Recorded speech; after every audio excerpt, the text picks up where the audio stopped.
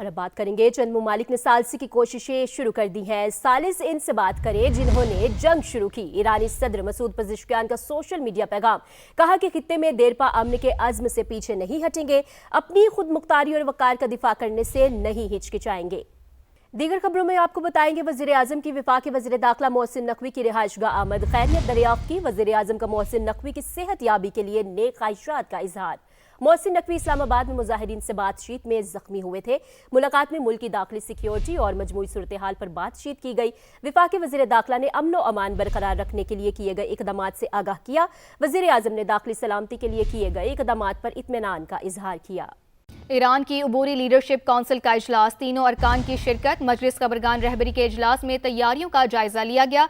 ईरानी media के मुताबिक मजलिस खबरगान के इजलास में नए सुप्रीम लीडर का इंतखाब होना है। ईरानी मीडिया ने कहा कि मजलिस खबरगान का इजलास कब और कैसे होगा वो वजाहत नहीं की गई है। चंद दिन पहले मजलिस खबरगान रहबरी की इमारत पर बमबारी हुई थी। ईरानी सुप्रीम लीडर के इख्तियारात फिलहाल लीडरशिप काउंसिल के पास हैं, जबकि ईरानी मीडिया की जानिब से कहा गया है कि काउंसिल में सदर, सरबराह और अदलिया आयतुल्लाह अली रजा शामिल हैं। अमरीका को ईरान जंग के लिए मजीद दिफाई सिस्टम की जरूरत पड़ गई। अमरीकी फौज का जनूबी कोरिया से पेट्रियाट मिसाइल मशरिक वस्ता मुंतकिल करने पर गौर। अमरीकी फौज पेट्रियाट मिसाइलों की मुंतकली पर बात कर रही है। जनूबी कोरियन वजीर खारजा की जानिब से ऐसा कहा गया है। ईरान में फौज उतारने के मामले पर अमरीकी वज़ीर दिफा और वज़ीर खारजा में शदीद इख्लाफात। गर्मा गर्म बहस के दौरान पीट हेग्सेट और मार्को रूबियो में तल्ख जुमलों का तबादला हुआ।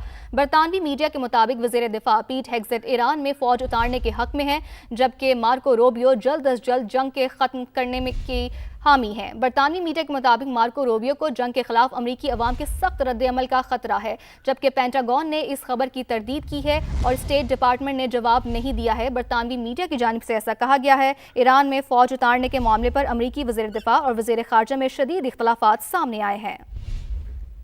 अमरीका और इसराइल के ईरान पर मुसलसल हमले जारी हैं। इस हवाले से बात करेंगे आज के प्रोग्राम में। ईरानी बाजारों ने इनकलाब के जवाब में मशरिक़ वस्ता की सूरत हाल तेजी से बदलती हुई नजर आ रही है। इसके साथ साथ सऊदी तैयारों की ईरान में 13 तिबी मराकज़ समेत यानी कि अस्पतालों को भी नहीं छोड़ा, 105 अवामी मकामात पर बमबारी की गई है। ये किस किस्म की जंग है? तेहरान, शहराज, किरमानशाह, मरकज़ई और खुरासान पर फ़ज़ाई हमले किए गए हैं। फिर ईरान में अगर शहदा की बात करें तो इनकी मजमूई तादाद अब 1230 हो चुकी है। ईरान का फिर 20वां जवाबी वार भी सामने आया। बिल्कुल ऐसा ही है, ईरान मुसलसल जवाब दे रहा है। 20वां राउंड इसे तस्वुर किया जा रहा है। पासदारान इनकलाब की इसराइल पर मिसाइलों और ड्रोन्स की बरसात जारी है। बिलखुसूस खैबर शिकन मिसाइल से नुकसान के हवाले से भी आपको बताएंगे।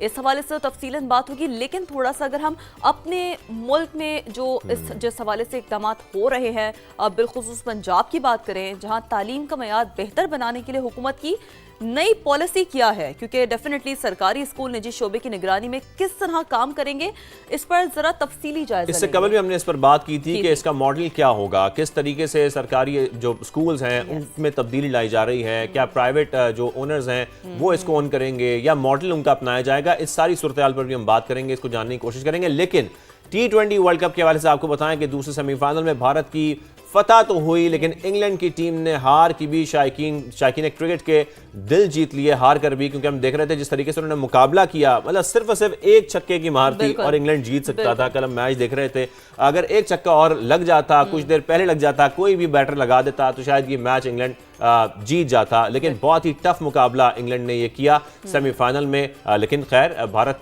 इस मैच में जीता है और फिर अब फाइनल में जा चुका है। Cricket is all about this sir. Definitely जो आपने बात की ना, शाजिब के हार कर भी दिल जीत लिए। बहरहाल ये सब और दीगर खबरें भी शामिल होंगी, लेकिन सबसे पहले हम जंग की बात कर लेते हैं। जो ताज़ा तरीन सूरत हाल है, तमाम मुसलसल सिचुएशन रूम से अपने नाज़रीन को अपडेट कर रहा है। तो मशरिक़ वस्ता में जंग के भड़कते शोलों की बात करें जो तेजी से फैल रहे हैं, और ईरान के खिलाफ अमेरिका और इसराइल की जारी है। सेहूनी तैयारों ने 13 तिबी मराकज़ समेत 105 अवामी मकामात को निशाना बनाया, विच इज़ हाईली अनफॉर्चुनेट, क्योंकि ये वो आबादी है जहाँ पर सिविलियंस हैं, बच्चों को निशाना इससे पहले भी हमने देखा कि बनाया गया।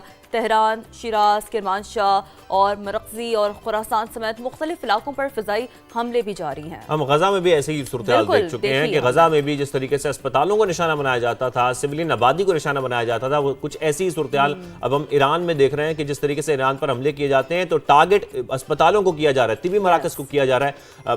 पता नहीं किस किस्म की इंसानियत तो है ही नहीं। खैर, तो ईरान में अब शोधा की जो मजमूई तादाद है उस हवाले से भी आपको बताएं कि ये 1200 से ज़ायद हो चुकी है। इसराइल ने लबनान के दारुल हुकूमत बैरूत पर भी बमबारी की है। अमरीकी सदर ट्रंप की अगर बात करें तो उन्होंने ईरानी इंकलाबी गार्ड्स, फौज और पुलिस को हथियार डालने की वार्निंग दी है। अब ईरानी सफारतकारों को भी सियासी पनाह लेने का मशवरा दिया है। फिर अमरीकी सेंटकॉम यानी कि सेंट्रल कमांड की अगर बात करें तो उन्होंने ईरानी ड्रोन हमलों में 86 और बैलिस्टिक मिसाइल हमलों में 90% कमी का दावा भी उनकी जानिब से किया जा रहा है। क्योंकि देखें, जब भी जंग का माहौल होता है तो ये जो दावे होते हैं, ये स्टेटमेंट्स होते हैं, बड़ी अहमियत के हामिल होते हैं। लेकिन अगर ईरान की बात करें तो ईरान में 200 अहदाफ को निशाना बनाने और B-2 तैयारों के बैलिस्टिक लॉन्चर्स पर 2000 पाउंड के दर्जनों बम गिराने का भी बताया गया है। दूसरी जानिब ईरान ने इसराइल पर 20वां हमला किया है। बाज़ारान इन्क़लाब ने सिहुनी रियासत पर मिसाइलों और ड्रोन्स की बरसात कर दी है। तो भरपूर तौर पर जो ईरान है वो रिएक्ट कर रहा है, रिटेलिएट कर रहा है और कोशिश कर रहा है कि डेफिनेटली जो जवाबी हमले हैं वो जारी रखें। बिल्कुल, तो ये तो हम देख रहे हैं कि खैबर शिकन मिसाइल भी दागे जा रहे हैं। आयरन डोम ईरानी मिसाइल रोकने में मुकम्मल नाकाम हो गया है। जितनी तादाद में ईरान की तरफ से मिसाइल फायर किए जाते हैं, जब मुतादिद मिसाइल्स वहां पर जाते हैं तो हम ये देखते हैं कि उसको इंटरसेप्ट करना भी इसराइल के जो डिफेंस सिस्टम है उसके लिए बहुत मुश्किल हो जाता है। 4 लेयर्स का ये डिफेंस सिस्टम है, उसमें हम बात करें अगर तो थार्ड भी है, लेकिन उसके साथ साथ भी हम देख रहे हैं कि आयरन डोम मुकम्मल नाकाम होता जा रहा है क्योंकि वहां पर हिट कर रहे हैं अपने टारगेट को ईरान भी। मुख्तलिफ इमारतों को कामयाबी से निशाना बनाया गया ईरान की तरफ से। मशरक़ वुस्ता में भी अमरीकी तनसीबात भी ईरान का हदफ है। फिर बहरीन के दारुल हुकूमत मनामा पर भी ड्रोन से हमला किया गया है। इराक की बात करें तो इराक में अमरीकी कंपनी के ज़ेरे इंतजाम जो ऑयल फील्ड है उस पर भी हमला किया गया है। मुख्तलिफ जो ऑयल फैसिलिटेशंस हैं, ऑयल फैसिलिटी है, वहां पर ईरान की जानिब से हमले किए जा रहे हैं, ये भी हम देख रहे हैं। साथ में यानी कि अब ईरान बाकायदा तौर पर इक्तसादी जो नुकसान है वो भी पहुंचा रहा है इस वक्त। फिर हम अगर देखें तो बसरा में अमरीकी F-35 तैयारा गिरने की भी कुछ इतलात सामने आ रही हैं। तो ये वो सारी खबरें हैं जो इस वक्त इस कशीदा सूरत हाल से जुड़ी हैं, इस जंग से जुड़ी हैं, और हम कोशिश करेंगे कि मुसलसल आपको इस हवाले से आगाह भी करते रहें। तो मशरिक़ वुस्ता में क्या हो रहा है, हर बदलती सूरत हाल पर सिचुएशन रूम से हम आपको मुसलसल अपडेट करें। तो बहरीन में इस्राएली सफारत खाने पर ईरान का हमला और मनामा में फाइनेंशियल हार्बर टावर को निशाना बनाया गया। ईरानी मीडिया के मुताबिक फाइनेंशियल हार्बर टावर में इस्राएली सफारत खाना कायम था, यानी कि बहुत स्ट्रेटेजिकली शाज़ेब ईरान जो अपने टारगेट्स है उन्हें निशाना बना रहा है। बिल्कुल, इसके साथ साथ अपने नाज़रीन को ये बताएं कि ईरान में स्कूल पर जो हमला हुआ, अमरीकी फौज ने यह हमला किया। न्यूयॉर्क टाइम्स की तहकीकात में इंकशाफ हुआ है जिस वक्त स्कूल पर हमला हुआ अमरीकी फोर्सेस उस इलाके पर हमला कर रही थी और अभी ये तय नहीं हुआ कि स्कूल पर बमबारी गलती थी या जानबूझकर किया गया। न्यूयॉर्क टाइम्स के मुताबिक स्कूल की इमारत पहले नेवी बेस का हिस्सा थी, ऐसा कहा जा रहा है। ऐसे इंकशाफात हुए न्यूयॉर्क टाइम्स के हवाले से आपको बता रहे हैं। और मुसलसल जो मिसाइल गिरे जिससे बड़े पैमाने पर तबाही भी हुई, ये भी देखा गया। फिर अमरीकी तज्जियाकारों ने हमला बैनुल अक़वामी क़वानीन की खिलाफ वर्जी करार दिया है। ज़ाहिरी तौर पर जब एक स्कूल को निशाना बनाया जाएगा, सिविलियंस को, बच्चियों को जो कि स्कूल में तालीम हासिल करने गई थी, वहां पर इतनी बड़ी तादाद में वो बच्चियां शहीद हो गई, तो जब स्कूल को टारगेट किया जाएगा तो इसका कोई जवाब समझ नहीं आता। बिल्कुल, एक वियना कन्वेंशन है, एक प्रॉपर कवानीन है, जंगी सूरत हाल के भी कुछ कवानीन है, कुछ लॉज होते हैं, कुछ रेगुलेशंस होते हैं, लेकिन हम देख रहे हैं कि उन सबको जो है वो वायलेट किया जा रहा है। और डेफिनेटली ये जो अवामिल हैं, ये जो इस तरह के हथकंडे हैं जिसमें इमारतों को, अस्पतालों को, स्कूल्स को निशाना बनाना, लड़कियों को, मासूम को निशाना बनाना, it's totally against the Vienna convention. But बहरहाल जो कुछ भी ग्लोबल सिनेरियो में हो रहा होता है, डेफिनेटली उसका जो इम्पैक्ट है बहुत हद तक मईशत पे पड़ता है।